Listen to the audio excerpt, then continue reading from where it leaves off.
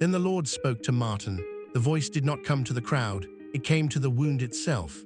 Why are you consumed with anger? Why has your face fallen? If you do what is right, will you not be lifted up? But if you refuse, then beware. Sin crouches at your door like a hungry beast. It longs to devour you, but you must master it. For one suspended instant, the world waited. Martin heard every word. He knew the warning was mercy. A path had opened before him, narrow and hard, but still open. He could humble himself. He could ask what was lacking in his heart. He could look not at Edrich, but at himself. He could master the beast. Instead, he fed it. He went away from the place of offering with his jaw set and his eyes empty. All that day he worked in the field with a violence that terrified the laborers who passed. He drove the blade into the soil as if striking an enemy. He tore weeds up by the root and flung them aside. At dusk, he stood alone in the furrows while the sky darkened, and bitterness came to sit beside him like an old companion finally welcomed in. Why Edrich? Why not me? It repeated until it sounded like truth. That night Jenny begged Damon to speak to him. I have never seen such darkness in our son, she whispered. Damon nodded, but when he found Martin outside beneath the stars, the words he had prepared died in his throat. Martin looked like a man listening to something no one else could hear. Edrich, for his part, did not rejoice. He came to his brother the next morning with bread and dried meat wrapped in cloth. Come, he said gently, eat. The work can wait an hour. Martin did not take the food. He did not meet his eyes. After a long silence, he said, "Walk with me to the field." Edrich hesitated, but only briefly. Trust once formed in childhood does not easily imagine murder. He followed. They went beyond the house, past the olive tree Damon had planted when Martin was born, past the lower terraces where the soil turned darker and deeper. The morning sun climbed behind them. Insects hummed among the grasses. Far off, sheep bells sounded faintly from the hills, a life Edrich had left behind for the hour. No one saw them but heaven. For a while Martin said nothing. He walked with heavy steps, hands flexing at his sides. At last Edrich spoke, "Brother, if I have wronged you." Martin stopped. The field stretched wide around them, gold at the edges, dark earth underfoot. A hawk circled high in the brightening sky. Edrich turned toward him, and perhaps it was then he understood. Perhaps he saw in Martin's face something beyond anger, something colder and more resolved. Perhaps he remembered the warning of the day before, though he himself had not heard it. There are stories the dead cannot finish, and so no man knows exactly what passed in Edrich's heart in those final breaths. But it is not difficult to imagine that he did not think first, "How do I defend myself?" He likely thought, "Not my brother." Martin rose against him. It happened quickly, brutally, without honor. A blow, a struggle, the shocked cry of a man betrayed by the one he trusted. Edrich fell among the stalks and clutched at the earth as if trying to hold to life through creation itself. Martin struck again. Then there was only silence. The first silence had wounded Martin. This second silence damned him. Edrich lay still in the open field, his blood darkening the ground that Martin had spent his life forcing into fruitfulness. The earth drank what it had never before received from human hands, the blood of the innocent, poured out not by beast nor accident, but by a brother's rage. Martin stumbled back, chest heaving. His hands were red. All his life he had worked to make the soil yield life. Now he had given it death. The field he had loved had become witness against him. He waited for triumph and found none. He waited for relief and found only terror. The beast he had fed did not sit satisfied at his side. It turned and looked at him with the same hunger as before, because sin never stops after its first meal. He tried to cover the body. He dragged loose earth over the stain. He told himself no one had seen. Yet even as he worked, the land seemed changed. The wind had stilled. The sky looked farther away. The ground beneath his knees, once familiar, now felt like the cold floor of a court.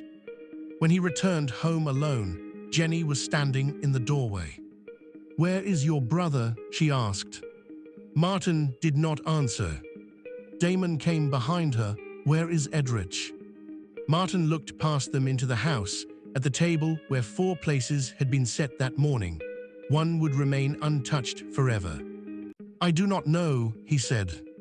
The lie was thin as smoke.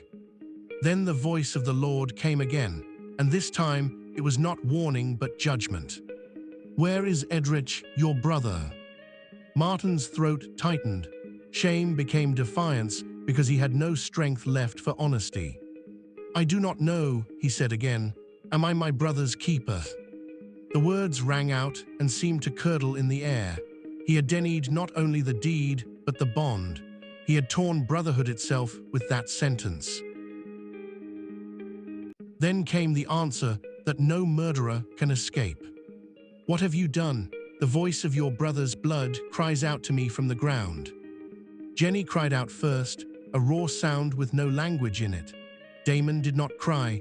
He seemed to age where he stood, as if every year denied him by sorrow fell at once upon his shoulders. Martin felt the world close around him. The field, the house, the sky, his own skin, nothing would hide him now. Edrich's blood had found a tongue. Judgment fell. The ground that had received his brother's blood would no longer yield its strength to Martin. He, who had made the soil his identity, would be severed from it. He would become restless, cut loose, a wanderer upon the earth. Only then did fear break through his hardened heart. "My punishment is greater than I can bear," he said, and perhaps for the first time since childhood, he wept, not from repentance pure and whole, but from the ruin now visible before him. Yet tragedy is cruelest because it often arrives after mercy ignored. Edrich was buried on a hillside overlooking the grazing lands he had loved. Jenny tore her garments and sat beside the grave until twilight swallowed the markers. Damon built the cairn stone by stone with a steadiness that came from numbness rather than peace. No sheep bell sounded there, even the wind seemed careful. Martin did not remain long enough to see the grass grow over the mound. He left under judgment, walking east with a bundle on his back and dread at his heels. The land opened before him, endless and unwelcoming. Villages would one day hear his name and fall silent. Children would be warned not to let anger sleep in their hearts. Farmers would look down at stained earth and remember that the first blood it drank from man had been brother's blood. And behind him, in the house that had once held laughter, absence settled like winter. Jenny kept Edrich's staff by the door for many years, unable to move it. Damon took to walking at dawn through Martin's abandoned fields, staring at the furrows that no longer answered to any hand. Sometimes he would kneel and pick up a clod of dirt, crumble it in his palm, and let it fall again, as if seeking in its dust some explanation for how love had become murder. But the earth gives no explanations, it only keeps what is buried in it. In time the story spread across the generations, of two brothers, two offerings, one warning and one field that became a grave. Men told it as a caution against jealousy. Mothers told it to sons whose tempers frightened them. Priests told it with lowered voices, for it was not merely about violence, but about the secret path that leads there, wounded pride, unmastered bitterness, the refusal to bow when mercy still speaks. For tragedy is rarely born in the moment the hand strikes. It is born much earlier, when the soul first chooses its grievance over truth. And somewhere beneath the wide and silent heavens, the field where Edrich fell remained. Rain washed it, sun warmed it, seasons passed over it. Grain may even have grown there again for other hands, yet if one had stood there at dusk and listened with the inward ear, one might have felt what the Lord had declared, that innocence wronged is never mute, and blood spilled in hatred does not vanish into dust. It cries. It cries from the ground, from memory, from the shattered house, from the mother's empty arms and the father's bent back. It cries in the restless steps of the wanderer who can never outrun himself. It cries in every brother who forgets he is his brother's keeper. And long after the first murder broke the stillness of the world, that cry remained, an echo of grief, a wound in the human story, and a tragic witness that the beast crouching at the door is never small, never harmless, and never satisfied until love lies bleeding in the field.